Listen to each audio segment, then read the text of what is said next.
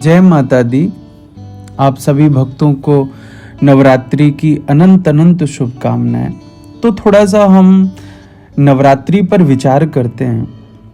नवरात्रि हिंदू धर्म के लोगों द्वारा मनाया जाने वाला एक महत्वपूर्ण त्योहार है। यह त्योहार असत्य पर सत्य की जीत को दर्शाता है। हिंदू मान्यताओं के अनुसार नवरात्रि साल में 2 बार मनाई जाती है।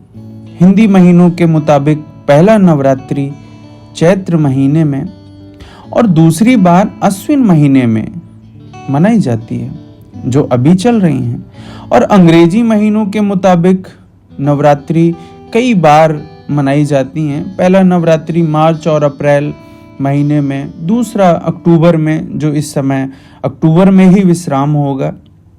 तो नवरात्रि यानी 9 दिनों के पूजा के पश्चात फिर 10वें दिन को धूमधाम से मनाया जाता है।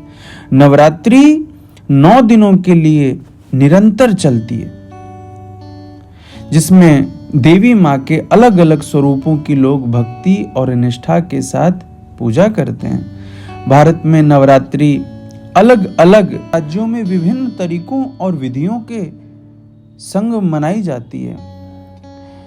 देवी माँ ने महिषासुर राक्षस का वध किया था। इस राक्षस को ब्रह्मा जी का वरदान प्राप्त था, जिसकी वजह से ये बहुत उत्पात मचाता था। बड़ी प्यारी कथा है, ये भी शास्त्रों में वर्णन की गई है कि महिषासुर नाम का एक राक्षस था, जो ब्रह्मा जी का बहुत बड़ा भक्त था। उसने अपने तप से ब्रह्मा जी को प्रसन्न करके उनसे एक वरदान प्राप्त किया। उनसे वरदान में ब्रह्मा जी से मांगा कि इस पूरी सृष्टि में कोई भी उसे मार ना सके। ब्रह्मा जी से वरदान प्राप्त करते ही वो बहुत निर्दयी हो गया और तीनों लोकों में आतंक मचाने लगा। उसके आतंक से परेशान होकर सभी देवी देवता, भगवान विष्णु और महेश सहित सबने मां शक्ति का आह्वान किया और उन सभी देवी देवताओं की ऊर्जा की रोशनी से मां अम्बा दुर्गा प्रकट हो गई और इस पूरी सृष्टि को उस राक्षस के आतंक से मुक्त कर दिया। मां अम्बा ने 9 रातों तक महिषासुर के साथ भयंकर युद्ध किया और 10वें दिन मां दुर्गा ने महिषासुर का वध कर दिया। इस दिन को अच्छाई पर बुराई की जीत के रूप में मनाया जाता है।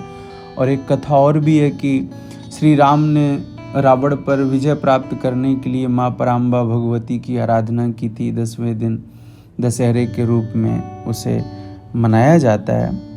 तो इस प्रकार से माँ दुर्गा के इन 9 दिनों को और इन शक्ति भरे हुए दिनों को नवरात्रि के इस त्योहार में धूमधाम से भक्त भगवती पराम्बा की भक्ति करते हैं।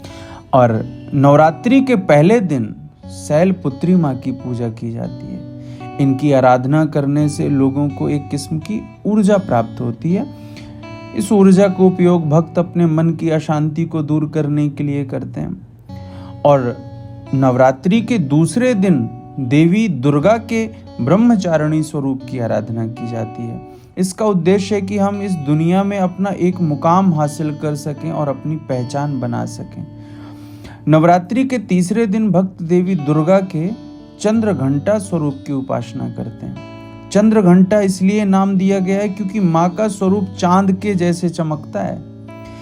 इनकी पूजा करने से मन में उत्पन्न सारे नकारात्मक और गलत विचार दूर हो जाते हैं। ईर्ष्या, घृणा जैसे विचारों से हमें मुकाबला करने की शक्ति मिलती है। नवरात्रि के चौथे दिन लोग दुर्गा माँ के कुष्मांडा स्वरूप की पूजा करते हैं। इनकी पूजा करने से हम उन्नति की राह पर चलते हैं और इनका आशीर्वाद हमारे सोचने समझने की शक्ति को बेहतर तरीके से विकसित करता है।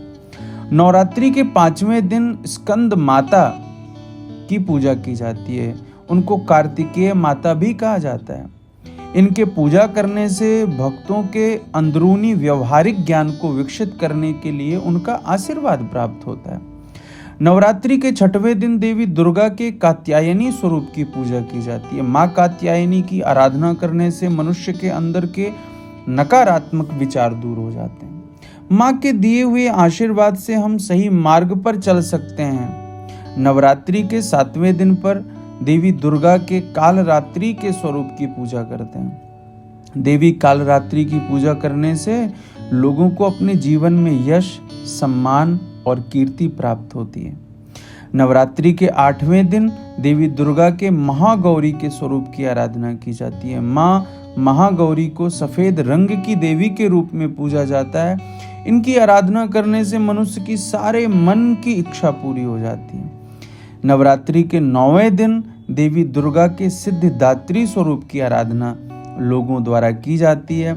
इनकी पूजा करने से हमें ताकत मिलती है कि हम मुश्किल कार्यों को सरलता पूर्वक कर सकें, उन अधूरे कार्यों को सफलता पूर्वक पूरा कर सकें। तो नवरात्रि जो चैत्र शुक्ल पक्ष में होती है, उसमें हिंदू लोग अपने घरों में कलश की स्थापना करते हैं। इसके साथ लोग दुर्गा पाठ भी करते हैं। लोग 8 दिनों तक फलों का सेवन करते हैं। 8वें दिन दुर्गाष्टमी मनाई जाती है और 9वें दिन रामनवमी मनाई जाती है। रामनवमी यानी जब श्री राम का जन्म हुआ था। नवरात्रि का दूसरा पर्व आश्विन महीने में धूमधाम से मनाया जाता है। यह शरद ऋतु में मनाया जाता है, जो अभी इस समय चल रही है। नवरात्रि का त्योहार भक्त बड़े निष्ठा के साथ मनाते हैं, माँ की कृपा प्राप्त करते हैं, है ना। कई जगह तो महाराज डांडिया उत्सव मनाया जाता है। जैसे ही रात होती है, मिट्टी के मटकों में दिए जला दिए जाते हैं। देखने में बड़ा सुंदर और भव्य लगता है ना। तो लोग 9 दिनों तक उपवास भी रखते हैं, भोजन में फल का सेवन करते हैं। तो नवरात्रि के इस उत्सव पर कई प्रकार की पौराणिक कहानियाँ प्रचलित हैं। तो इस प्रकार से बड़ा ही सुंदर ये स्वरूप नवरात्रि का आपके सामने जितना हो सका मैंने वर्णन किया। और मैं यही प्रार्थना करता हूँ माँ के चरणों में कि जितने भी भक्त हैं माँ के, उन पर कृपा बरसाए रखें। और बरसाए क्या रखें माँ, उनकी तो कृपा रहती ही है, क्योंकि कुपुत्रो जायेता क्वचिदपि कुमाता न भवति। माँ हमेशा कृपा ही करती है, कभी क्रोध नहीं करती। और करती भी है क्रोध तो हमारे अंदर की बुराइयों को निकालने के लिए करती है, दिखाती है, पर अंदर क्रोध नहीं होता। इसलिए माँ के चरणों में इस दास का दंडवत प्रणाम। और आप सबके ऊपर खूब कृपा बनी रहे माँ की।